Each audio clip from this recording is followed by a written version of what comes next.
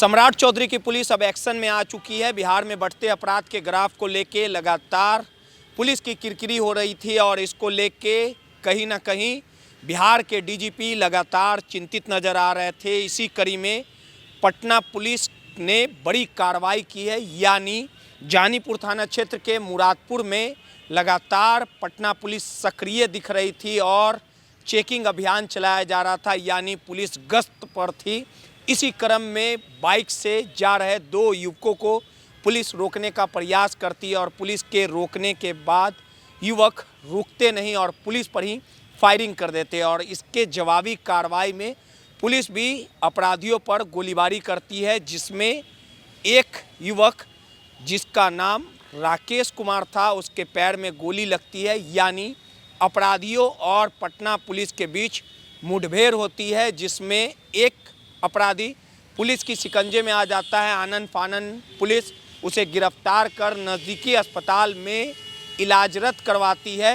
कैमरे के फ्रेम में जो आपको तस्वीरें दिख रही है, आप अब आकलन लगाइए कि किस प्रकार से भरी बाजार में पटना पुलिस पूरी तरह से मुस्तैद थी। लगातार आने जाने वाले गाड़ियों की चेकिंग की जा रही थी, हर एक संदिग्ध व्यक्तियों पर नज़र रखी जा रही थी। इसी कड़ी में पटना पुलिस को यह सूचना मिली थी कि कुछ अपराधी इसी रास्ते से होके गुजरने वाले, तभी पुलिस ने सुरक्षा व्यवस्था काफ़ी कड़ी कर दी और चेकिंग अभियान चलाया गया, जिसके स्वरूप और कहीं ना कहीं जो मुठभेड़ की घटना सामने आई, यानी जानीपुर थाना को बड़ी सफलता हाथ मिली और जिस अपराधी के पैर में गोली मारी गई, जिसका नाम राकेश कुमार पिपरा गांव, उम्र 36 वर्ष बताया जा रहा है। और इस पूरे मामले को लेके पटना के एसएसपी कार्तिकेय शर्मा भी घटनास्थल पर पहुंचे।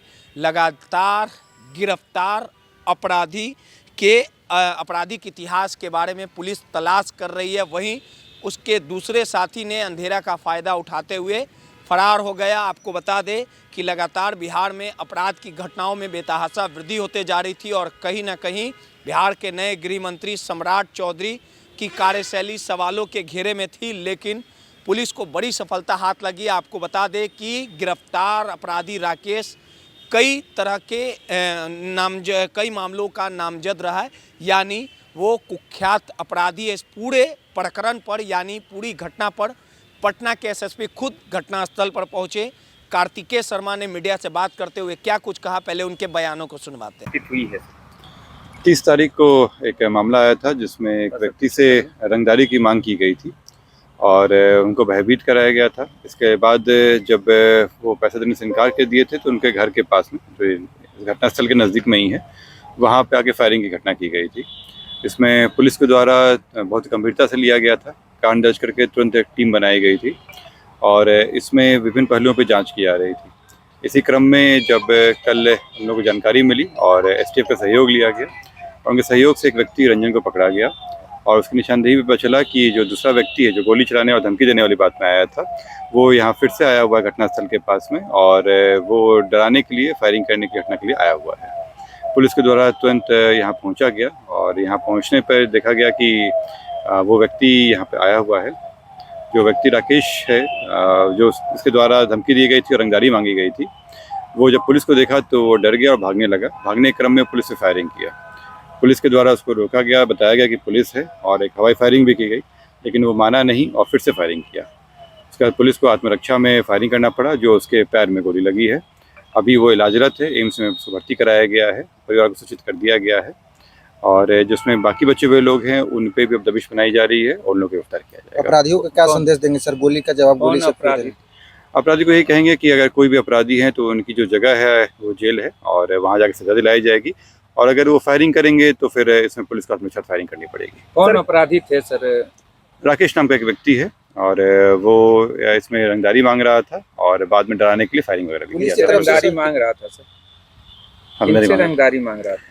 आज उनका नाम भी गुप्त रखा गया है, उनकी सुरक्षा को देखते हुए। सर ये बता सर क्या बरामद, मैंने कहा कि गुप्त रखा गया है। बरामदगी क्या हुई है सर उसके पास? उनके पास से हथियार बरामद हुआ है और जो फायरिंग किया गया था मोबाइल बरामद हुआ है। किस तरह का अपराधी, क्या उस पर पहले से कोई केस है ज्यादा या फिर इनाम वगैरह घोषित है? हम लोग निकलवा रहे हैं, उसका पुराना आपराधिक इतिहास है कि नहीं। इनाम फिलहाल घोषित नहीं है इसमें लेकिन जिस तरह से अपराध शैली रही है, इसका हम लोगों को देख के लग रहा है कि अपराधियों के साथ साठगांठ पहले से। तो आपने साफ तौर पे सुना कि कार्तिकेय शर्मा ने कहा कि अपराधियों के द्वारा पुलिस पर गोलीबारी की गई, जिसके जवाब में पुलिस ने भी जवाबी कार्रवाई की, यानी अपराधी और पुलिस के बीच मुठभेड़ हुई।